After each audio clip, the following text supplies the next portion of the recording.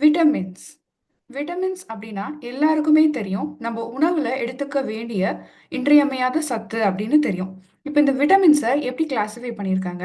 அந்த கிளாஸிஃபை பண்ணத எப்படி கம்பேர் பண்ணியிருக்காங்க அப்படின்றத இந்த வீடியோல பார்ப்போம். விட்டமின் உடைய சால்யுபிலிட்டி வச்சு விட்டமின்ஸ 2 குரூப்ஸா பிரிக்கலாம். இப்போ சால்யுபிள் ஆகுற விட்டமின்ஸ வாட்டர் சால்யுபிள் விட்டமின்ஸ் அப்படின்னும், சால்யுபிள் ஆகாத விட்டமின்ஸை ஃபேட் சால்யுபிள் விட்டமின்ஸ் அப்படின்னும் பிரிக்கலாம்.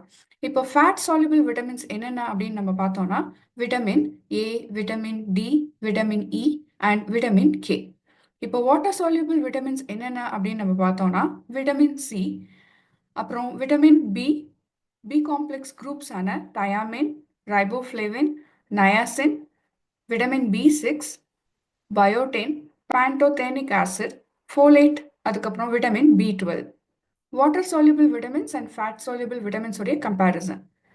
இப்போ வாட்டர் சால்யுபிள் விட்டமின்ஸான பி அண்ட் சியும், விட்டமின் பி அண்ட் சியும், ஃபேட் சால்யுபிளான vitamin A, D, E and K உடைய டிஃபரன்ஸ் பார்த்தோம்னா அப்சார்ப்ஷனை பார்த்தோம்னா அப்சார்ப்ஷன் இந்த பியும் விட்டமின் சியும் டைரக்டாக வந்து பிளட்ல absorb ஆகக்கூடியது. But fat soluble vitamins எல்லாம் வந்து ஃபர்ஸ்ட் லிம்புக்கு போய் அதுக்கப்புறம் தான் பிளட்டுக்கு போய் சேரக்கூடியதாக இருக்குது. இப்போ டிரான்ஸ்போர்ட் எப்படி நடக்கும் அப்படின்னு பார்த்தோம்னா water soluble vitamins since water சால்யுபிளாக இருக்கிறதுனால ஃப்ரீயாக டிரான்ஸ்போர்ட் நடக்கும்.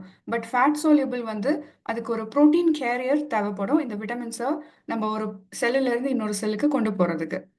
வாட்டர் சால்யுபிள் விட்டமின்ஸ் ஸ்டோரேஜ் எப்படி இருக்கும்னு பார்த்தோம்னா வாட்டர் ஃபில்லாக இருக்க பார்ட்ஸ்ல எல்லாம் பாடி பார்ட்ஸ்ல எல்லாம் இந்த விட்டமின்ஸ் ஃப்ரீயாக சர்க்குலேட் ஆகும், ஃப்ரீயாக ஸ்டோரும் ஆகும்.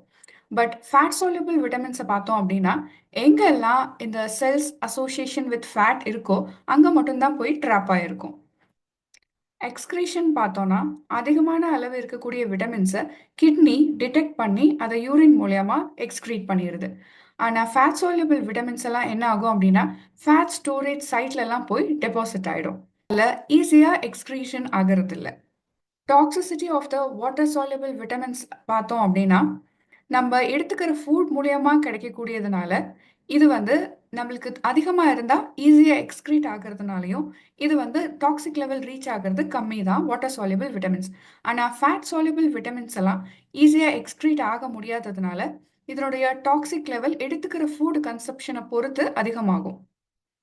வாட்டர் சால்யுபிள் விட்டமின்ஸான பி அண்ட் சி விட்டமின்ஸ் நம்ம உடம்புக்கு எப்பெல்லாம் தேவைப்படும் அப்படின்னா ஃப்ரீக்வெண்ட்டாக தேவைப்படும். அதாவது 1 to 3 டேஸ்க்கு ஒன்ஸ் நம்ம எடுத்துக்கிட்டே இருக்கணும். ஆனால் ஃபேட் சால்யுபிள் விட்டமின்ஸான A, D, E and K நம்மளுக்கு பீரியாடிக் டோசஸில் தான் தேவைப்படும். ஸோ ஃப்ரீக்வெண்ட்டாக எடுத்துக்க வேண்டாம். ஸோ இதனால் weekly once or even monthly once எடுத்துக்கிட்டாலே போதுமானதாக இருக்கும். இந்த விட்டமின்ஸோடைய கம்பேரிசன் வந்து உங்களுக்கு தெளிவாக புரிஞ்சிருக்கும்னு நினைக்கிறேன். Thank you. Subscribe, like and comment, share the knowledge of life science.